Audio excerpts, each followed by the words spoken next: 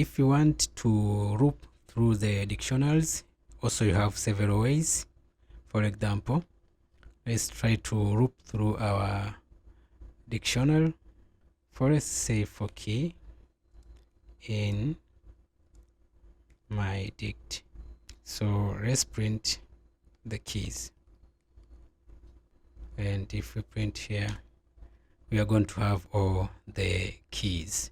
Okay, remember you can also say that, for example, you can use the dot key method. Here we can put my dict dot keys. We forgot the function here.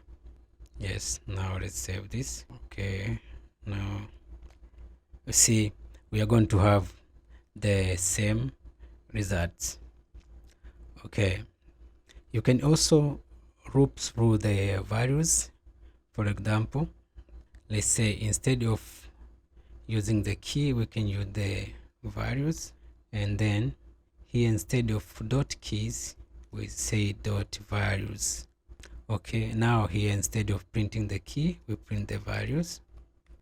Now if we go and save this, if we print it here, we are going to have the values as you can see them here.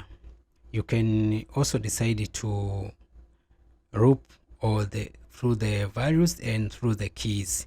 For example, you may decide to use all of them. So you may say for the, let's say for the keys and comma values in my dict. So here we don't say values, so my dict dot items,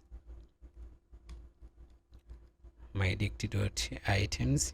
So let's print the keys, comma values. Let's go ahead and save this. So if we print them here, we have the keys and the values all together.